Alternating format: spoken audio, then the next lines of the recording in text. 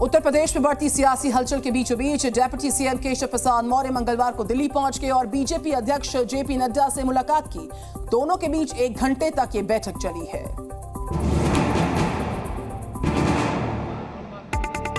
संगठन सरकार से बड़ा है। यूपी के डिप्टी सीएम केशव प्रसाद मौर्य के इस बयान के बाद राज्य में सियासी पारा हाई है। मंगलवार को केशव प्रसाद मौर्य दिल्ली भी पहुंच गए और बीजेपी अध्यक्ष जेपी नड्डा से मुलाकात भी की। सूत्रों के मुताबिक केशव प्रसाद मौर्य ने नड्डा को प्रदेश के सियासी और प्रशासनिक हालात की जानकारी दी।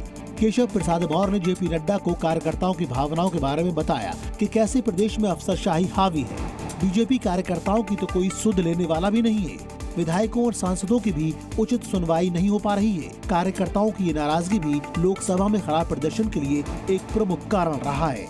डिप्टी सीएम ने सुझाव दिया कि यूपी में जमीन पर काम करने की जरूरत है, नहीं तो 2027 में होने वाले विधानसभा चुनाव में पार्टी को परेशानी हो सकती है। पिछड़ों को वापस बीजेपी की तरफ लामबंद किया जाए। नड्डा ने मौर्य की शिकायतों और सुझावों को गौर से सुना और उस पर वरिष्ठ नेताओं से चर्चा का आश्वासन दिया। तो लगता है कि केशव प्रसाद मौर्य ने जिस चीज के बारे में दिल्ली में चर्चा की उसका एक उदाहरण यूपी के मिर्जापुर में नजर आया। यहाँ के बीजेपी विधायक का जो दर्द है भरे मंच से उठा है। देखिए। अधिकारियों के रवैये से परेशान दिख रहे ये मिर्जापुर से बीजेपी के विधायक पंडित रत्नाकर मिश्र हैं। एक कार्यक्रम के दौरान इन्होंने भरे मन से अपना दर्द बयां किया। आप भी सुनिए। सरकार गरीबों का ही उत्थान करने के लिए है और गरीब के लिए हर चीज है, लेकिन कहना नहीं चाहिए इसमें हमारे अधिकारी लोग फेल करने में लगे हैं। आज विंध्याचल में कार्यक्रम हुआ, मुझे कहने में कोई गुजार नहीं है। अधिकारी लोग इस समय मिर्जापुर के मनमाने हो चुके हैं। मुझे सदन में भी इसको आवाज उठाना है। मीडिया से बात करते हुए सदर विधायक रत्नाकर मिश्र ने दोबारा अपनी बात कही।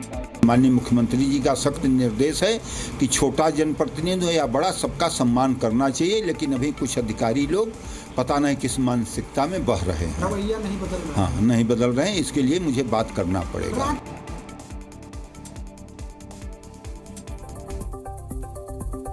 देश भर में आज मुहर्रम मनाया जाएगा और इसे लेकर देश के कई राज्यों में बड़ी तैयारी की गई है। पुलिस की बात करें, प्रशासन ने कानून व्यवस्था को काबू करने के लिए सुरक्षा को बहुत ज्यादा पुख्ता किया है।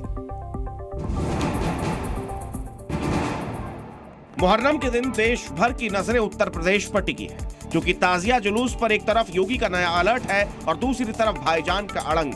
योगी ने कहा कि ताजिया की ऊंचाई तय सीमा से ज्यादा नहीं होगी। उन्होंने इसकी वजह भी बताई, तो ऐसी ने पूछ लिया भला क्यों है। अब ये संभल में मेरे को मालूम हुआ कि ताजिया जो निकालते थे उसका हाइट कम कर दिए। क्यों कर रहे हैं भाई ये चीजें आप?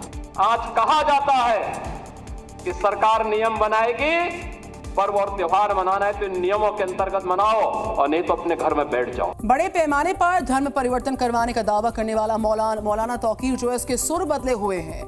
जी न्यूज के इस खबर को प्रमुखता से दिखाने के बाद अब उन्होंने अपने ऐलान को वापस ले लिया है। इत्तेहाद मिल्लत काउंसिल के राष्ट्रीय अध्यक्ष मौलाना तौकीर रजा, जो 48 घंटे पहले तक धर्म परिवर्तन कराने का खुलेआम ऐलान कर रहे थे, वो अब बैकफुट पर नजर आ रहे हैं। मैंने ये कहा है कि उन 5 जोड़ों की शादी कराई जाएगी जो अपना धर्म पहले परिवर्तित कर चुके हैं। मैं धर्म परिवर्तन के खिलाफ हूँ और मैंने ये कहीं नहीं कहा कि मैं धर्म परिवर्तन कराऊंगा। जो परिवर्तन कर चुके हैं मैं उनका निकाह कराऊंगा। यही मौलाना तौकीर रजा ताल ठोककर 48 घंटे पहले कुछ और ही बात कर रहे थे। पहले चरण में हम 5 जोड़े हमने मुंतखब किए हैं।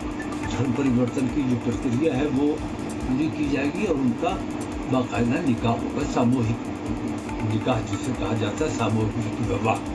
दरअसल मौलाना तौकीर रजा ने 21 जुलाई को निकाह कराने के लिए जिला प्रशासन से परमिशन मांगी थी, लेकिन भारी बवाल और जिला प्रशासन से परमिशन न मिलने से बैकफुट पर। जी न्यूज़।